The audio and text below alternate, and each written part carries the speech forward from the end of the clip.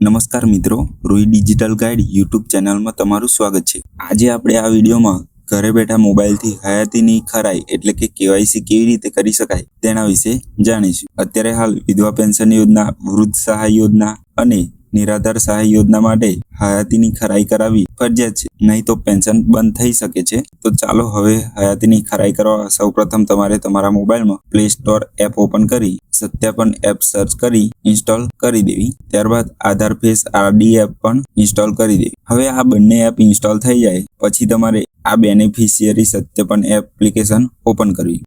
ત્યારબાદ અહીં તમારે ભાષા સિલેક્ટ કરી ડન કરી દેવું। ત્યારબાદ ફેસ ઓથેન્ટિકેશન સિલેક્ટ કરી પ્રોસીડ પર ક્લિક કરવું। હવે અહીં તમારે સૌપ્રથમ રજિસ્ટ્રેશન માટે આધાર નંબર, મોબાઈલ નંબર અને ઈમેલ નાખવું। અહીં ઈમેલ કમ્પલસરી નથી, હોય તો નાખવું, નહીં તો ચાલશે। હવે રજિસ્ટર પર ક્લિક કરશો એટલે તમારા મોબાઈલ નંબર પર ઓટીપી આવશે, તે ઓટીપી અહીં દાખલ કરવો।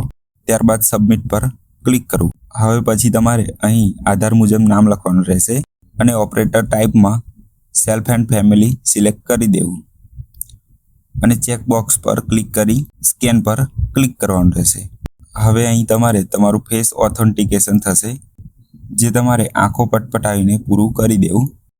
હવે અહીં તમારે તમારું જે સ્ટેટ લાગતો હોય તે સિલેક્ટ કરી દેવો। જો ગુજરાત રાજ્યના હોય તો ગુજરાત સિલેક્ટ કરી આગળ વધવું। ત્યારબાદ અહીં તમારે Gujarat social security pension scheme પર ક્લિક કરી આગળ વધવું। પછી બેનિફિશિયરી વેરિફિકેશન પર ક્લિક કરવું। પછી અહીં તમારે જે પેન્શનર હોય તેમનો આધાર કાર્ડ અને મોબાઈલ નંબર દાખલ કરવો અને પછી નીચે ચેક બોક્સ પર ક્લિક કરી સબમિટ પર ક્લિક કરવાનું રહેશે। એટલે તમે જે મોબાઈલ નંબર આપ્યો છે તેમાં ઓટીપી આવશે, જે અહીં દાખલ કરી સબમિટ પર ક્લિક કરશો એટલે આ રીતે ખુલી જશે।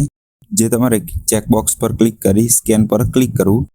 અહીં તમે પાછળનો કેમેરો ચાલુ કરીને પણ જે પેન્શનર હોય તેમનું ફેસ ઓથેન્ટિકેશન કરી શકશો।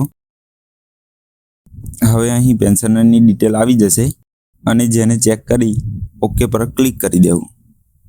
અહીં તમારું હયાતીનું કેવાયસી થઈ ગયું છે, જે તમે અહીંથી સર્ટિફિકેટ પણ જોઈ શકશો। જો આ માહિતીવાળો વિડીયો પસંદ આવ્યો હોય તો લાઈક કરો અને હા, આવી માહિતી મેળવવા માટે અમારી યુટ્યુબ ચેનલને સબસ્ક્રાઇબ કરવાનું ભૂલશો નહીં। ધન્યવાદ।